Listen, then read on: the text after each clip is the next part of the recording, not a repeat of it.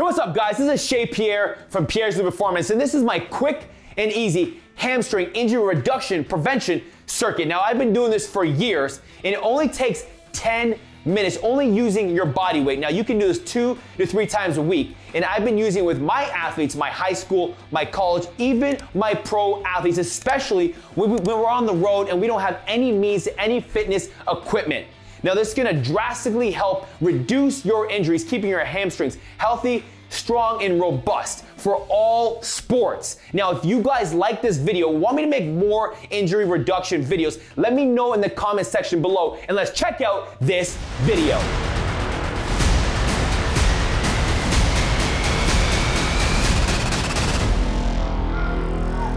So round number 1 has 3 exercises, done one after the other with no more than 10 seconds rest between each of them. It starts off with a single leg RDL to sprinter knee drive. Complete 20 reps per side. This is a hip hinge movement that helps develop single leg strength in order to be an explosive athlete off both legs when sprinting, jumping, and changing directions. But most importantly, it helps eliminate muscular imbalances, improving lower body balance, stability, and stabilization through the ankle, knee, and hip, along with the core, to help reduce your injuries. The second exercise is called a single leg elevated hip thrust with a knee drive. Complete 15 reps per side. This is an amazing single leg exercise designed to improve single leg strength, speed, and power by teaching optimal hip extension. This develops power in your glutes, which are amongst the most powerful muscles in your body. The glutes are designed to extend the hip or pull the leg back behind the body. If your glutes are undeveloped, your speed, power, and strength are all compromised. That means you'll have weaker squats and deadlifts, as well as a slower 40-yard dash time and lower vertical jumps. So don't skip a rep if you're looking to be the explosive, dynamic, game-changing athlete. The final exercise is the eccentric Nordic hamstring curl. Complete 8 to 10 reps. Studies have shown that this is an amazing exercise for hamstring hypertrophy, increasing eccentric strength and vastly decreasing the odds of getting a hamstring injury. This is large in part because it lengthens the hamstring itself, as this is a bodyweight knee flexion movement. So simply hook your feet under the bottom of a couch or hook it onto the sides of a table. Make sure whatever you're hooked under can handle your weight so it doesn't topple over. The focus should be on the lowering phase of the exercise. Be very slow and controlled. Think 3 to 5 seconds down, while staying long and tall without breaking over at your hips. When you're sprinting, your knee angle opens up during the swing phase, and it lengthens the hamstring while they're heavily activated. The lowering phase of the Nordic hamstring curl will prepare the hamstrings for sprinting and help reduce your chances of hamstring injuries. Once finished, take a 2-minute break as you recover for round number 2. Now, round number 2 has 3 exercises, done one after the other with no more than 10 seconds rest between them. For this round, you're going to want to find something elevated, like a couch or a chair. We're going to be on our back for the entire round. The first exercise is an elevated lying straight leg bilateral hip raise, 20 reps. This exercise forces your glutes and hamstrings to work harder to keep your hips up in the air, increasing core and pelvis stabilization along with strengthening your low back. Athletes need a very strong, durable low back, as this can help reduce injury risk by helping distribute the forces that are being absorbed with each step. And it helps improve running mechanics by improving energy loss through unnecessary body sway. While a weak low back, in addition to other core muscular issues, might lead to an energy leak with excessive trunk rotation when running.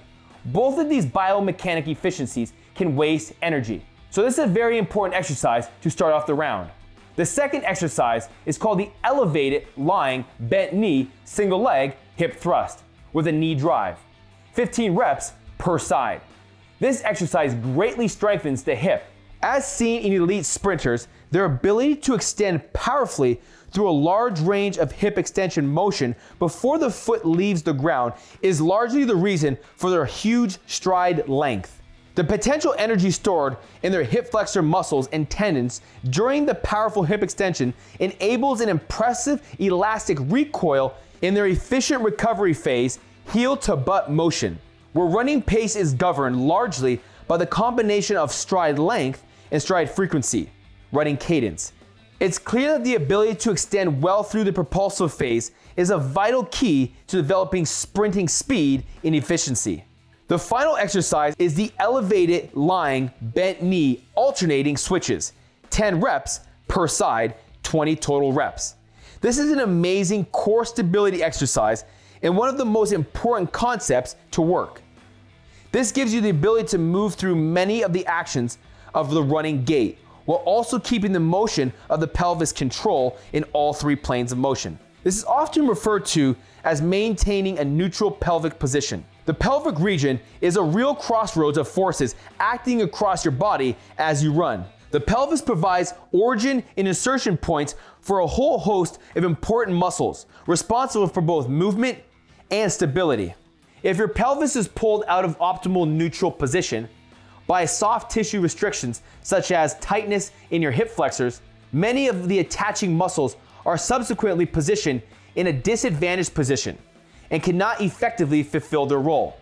Remember, the vast majority of muscle function is best in a relative mid-range position.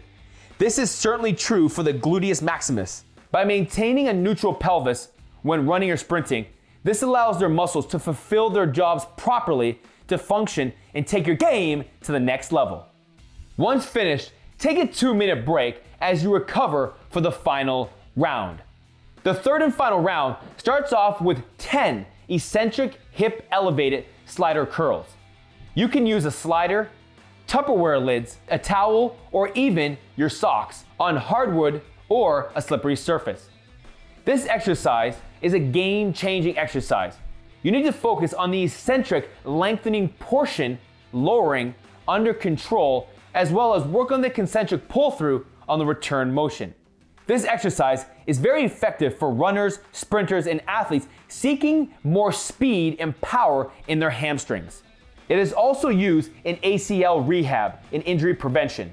The eccentric phase is challenging, but it's an excellent way to facilitate maximum force generated under stretch through your own body weight. The second and final exercise in round number 3 is for time and helps dynamically condition the hamstrings, and is called the elevated straight leg hamstring tantrums. As the name implies, the goal of this exercise is to kick and flare the legs at a controlled speed for 10 to 15 seconds. Studies have shown that this gives an amazing active recruitment in the hamstring muscles to help keep them functionally strong and powerful for all sports. If you're finding it hard to keep a braced core and being elevated and feel it in your low back, scale back just a little bit and drop your feet back onto the ground onto a soft surface like a pillow, and complete the desired number of seconds from there.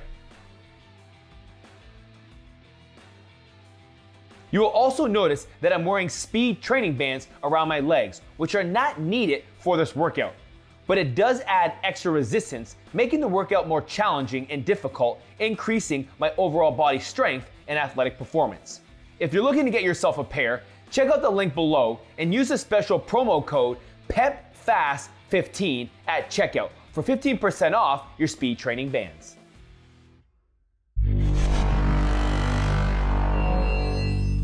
So if you thought that video was hot fire and want to get a better understanding of the methodology and philosophy and get a comprehensive breakdown of each and every exercise, check out my Sports Performance Training Program, Volume 1 and Volume 2, and our Speed and Agility Accelerator in the links below. And don't forget to like, comment, and subscribe to take your game to the next level. I'll see you guys soon.